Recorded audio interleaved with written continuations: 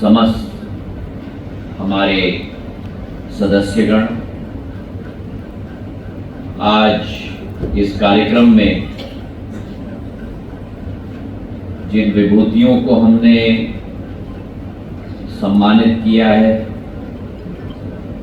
मेरे स्वामी ऋषभ देवानंद जी, लड्डा साहेब, श्रीचंद बलिया जी, बलेचा जी, सुरेश चतुर्वेदी जी, गीता जी, विवेक सोनी जी, विशाल जैन साहेब और इस चेंबर के सभागृह में उपस्थित समस्त ग्वालियर के वासीगण नहीं लेकिन मेरे परिवार के सदस्यगण जो सर्वप्रथम मैं बधाई देना चाहता हूं हमारे सेवा संस्थान को, जो सेठ श्री गोपाल दास जी की स्मृति में गठित की गई।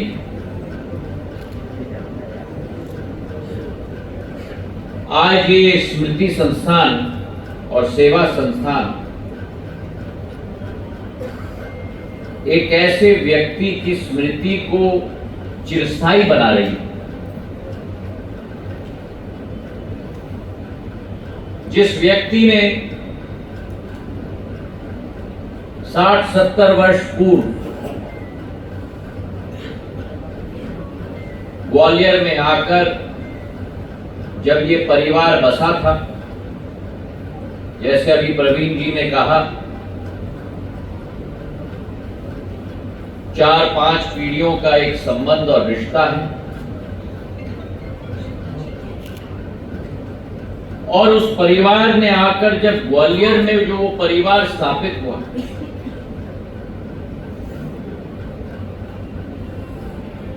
पीढ़ी भर पीढ़ी सतत विकास और प्रगति की सोच और विचारधारा के साथ आगे बढ़ तो रहा, लेकिन उस बढ़ने की क्रिया में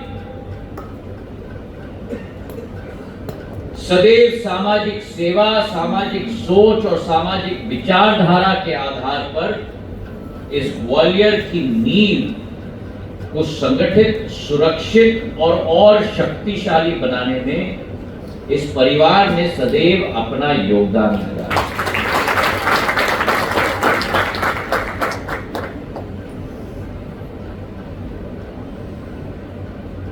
जिंदगी में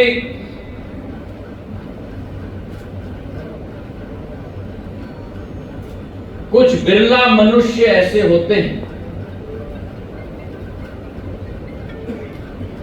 जो अपने उदाहरण के आधार पर कुछ अपने समाज में, कुछ अपने क्षेत्र में, कुछ अपने राज्य में,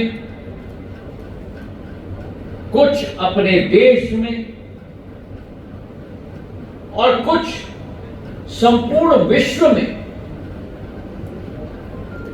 परिवर्तन लाने की क्षमता नहीं, लेकिन उस परिवर्तन को साकार करने की क्षमता रखते हैं।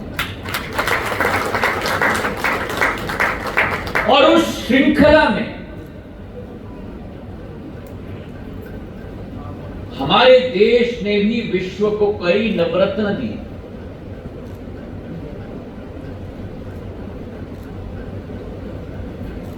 बापू महात्मा गांधी, बाबा साहेब अंबेडकर, महात्मा ज्योतिबा फुले,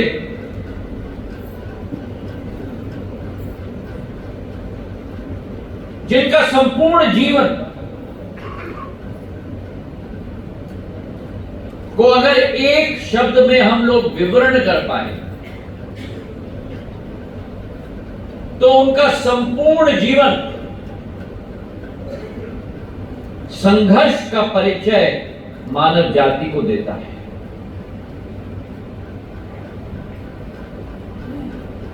एक व्यक्ति जो अन्याय का सामना अहिंसा से करे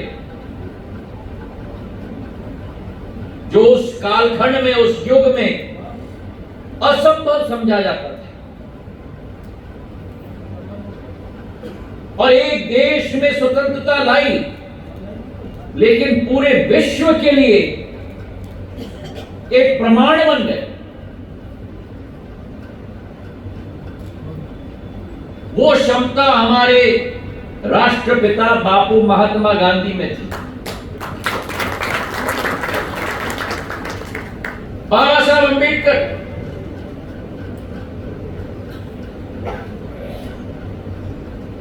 जिनकी सोच विचारधारा की क्षमता विश्व में अलौकिक थी।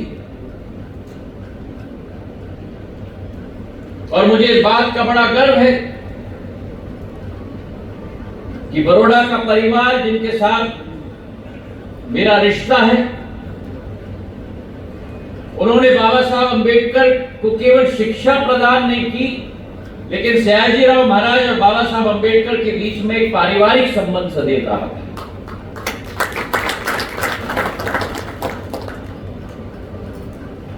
और जो भी उन्होंने सीखा, अपने जीवन में संघर्ष के रास्ते को अपनाया।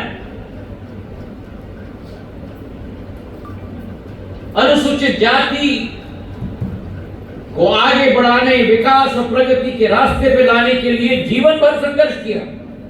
और संघर्ष करते करते करते करते करते भारत का संविधान भी उन्होंने रचा और लिखा, जिसके आधार पर आज आप और हम विश्व के सबसे बड़े लोकतंत्र में अपना जीवन यापन करते हैं। महात्मा ज्योतिबा फुले, जिन्होंने उस कालखंड में सामाजिक समरसता, सामाजिक विचारधारा और बच्चियों के लिए उस जमाने में पूरे देश में जो पहला स्कूल बना था, वो पुणे में महात्मा ज्योतिबा फुले ने बनाया।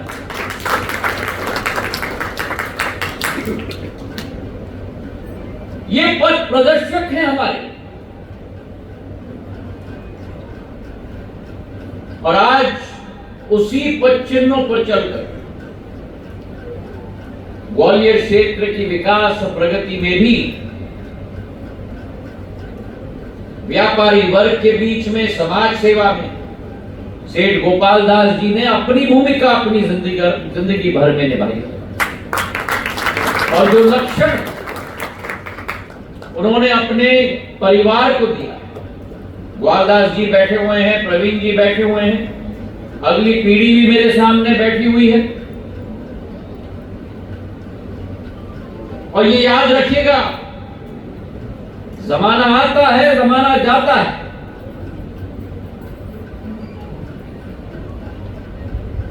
और आधुनिक जमाने में प्रतिस्पर्धा की दौड़ है।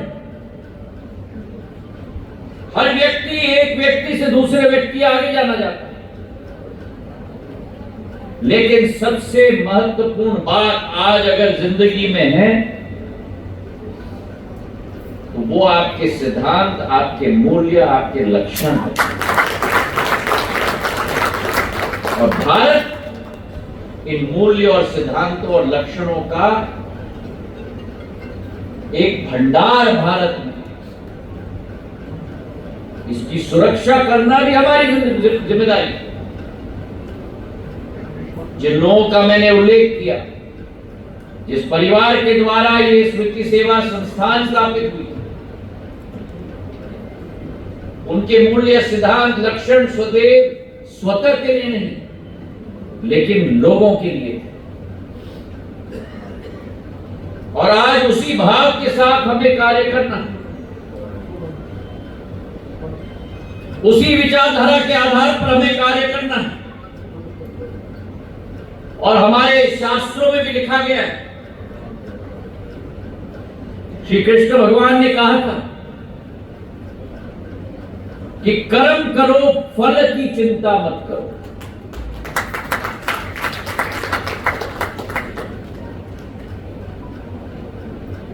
कर्म करो, फल की चिंता मत करो। कहने का तात्पर्य क्या है?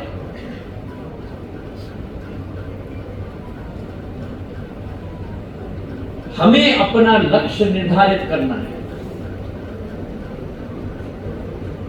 हमारा लक्ष्य एक ही हो सकता है, या तो कर्म हो सकता है और या तो फल हो सकता है। आधुनिक काल में मानव जाति भूल चुका है कि लक्ष्य क्या होना चाहिए और माध्यम क्या होना चाहिए। लक्ष्य फल बन गया है, लक्ष्य कुर्सी बन गई है, लक्ष्य उपाधि बन गई है, लक्ष्य पैसा बन गया है, लक्ष्य स्थान बन गया है। जबकि लक्ष्य सेवा होनी चाहिए, लक्ष्य कर्म होना चाहिए। मैं आपको निवेदन करना चाहता हूं, अगर आपने सेवा की, जो भी आप जिंदगी में करोगे, एक व्यापारी है वो भी सेवा करता है, एक डॉक्टर है वो भी सेवा करता है, एक शिक्षक है वो भी सेवा करता है। जिंदगी के किसी भी मोड़ पे देख लो, लेकिन लक्ष्य हमारा सेवा और कर्म होना चाहिए। और अगर आप वो अपना लक्ष्य बनाओगे तो दो चीज के बारे में आपको चिंता करने की जरूरत नहीं। एक, फल के बारे में चिंता नहीं करनी, जो देगा छप्पड़ फाड़ कर ऊपर वाला देगा।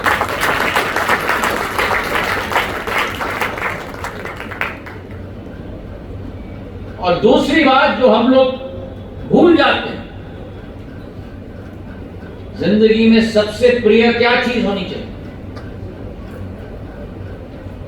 ये नहीं कि कितना पैसा है बैंक के खाते में, ये नहीं कि आप कितने बार मंत्री बने,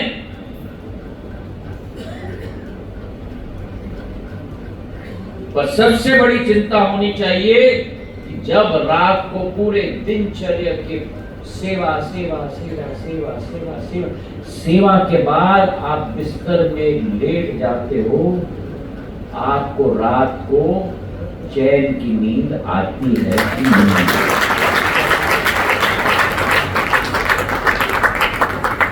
आप किसी डॉक्टर से पूछ लो, अगर लंबी जीवन चाहिए तो ये नहीं करेगा। अगर लंबी जीवन चाहिए तो ये नहीं करेगा। अगर लंबी जीवन चाहिए तो आत्मा में चैन का वातावरण होना चाहिए और अच्छी नींद रोज आनी चाहिए। बड़े बड़े लोगों को आप देख लेना, ईर्ष्या लगती है ना, अरे कितना बड़ा आदमी है, कितना पैसा है, कितना ये है, कितना वो है, चैन की नींद नहीं है।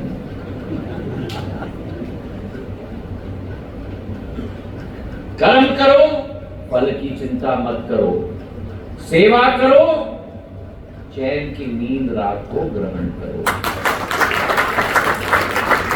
और आज जो विभूतियों को हमने, मैं शब्द नहीं उपयोग करूंगा, सम्मानित किया,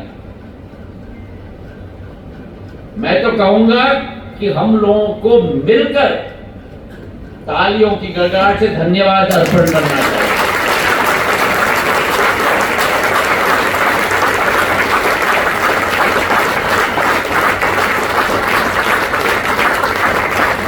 इन सारे विभूतियों ने अलग अलग क्षेत्र में हमें रास्ता दिखाया है।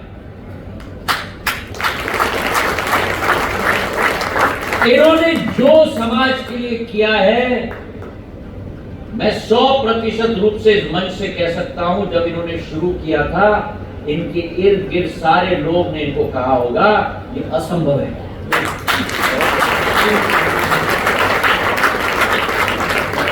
पर इनकी दूरदृष्टिकोण, इनकी आत्मबल, दृढ़ इच्छा शक्ति, नहीं, हम करके दिखाएंगे। और आज हमने अपने विभूतियों का सम्मान नहीं किया।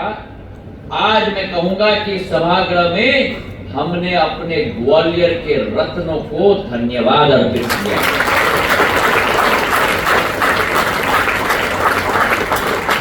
मैं अपने दिल की गहराइयों से संगठन को अपने तरफ से धन्यवाद अर्पित करना चाहता हूं।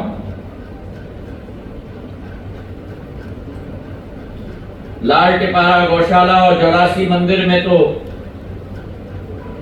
केवल जाने का नहीं, लेकिन वहां दोनों जगह में अपना योगदान देने की का एक सौभाग्य मुझे प्राप्त हुआ है। पर बाकी 5 जो हमारे विभूतियां हैं, उनके संस्थानों में भी मैं प्रवीण जी और ग्वालदास जी से निवेदन करूंगा, मेरे अगले प्रवास में मुझे जरूर लेके जाएं, ताकि इन रत्नों को उनके संस्थान और उनके घर में जाके ग्वालियर के मुखिया के रूप में मैं धन्यवाद अर्पित करता हूं। इन्हीं भावनाओं के साथ आपका बहुत बहुत धन्यवाद। जय हिंद, जय भारत।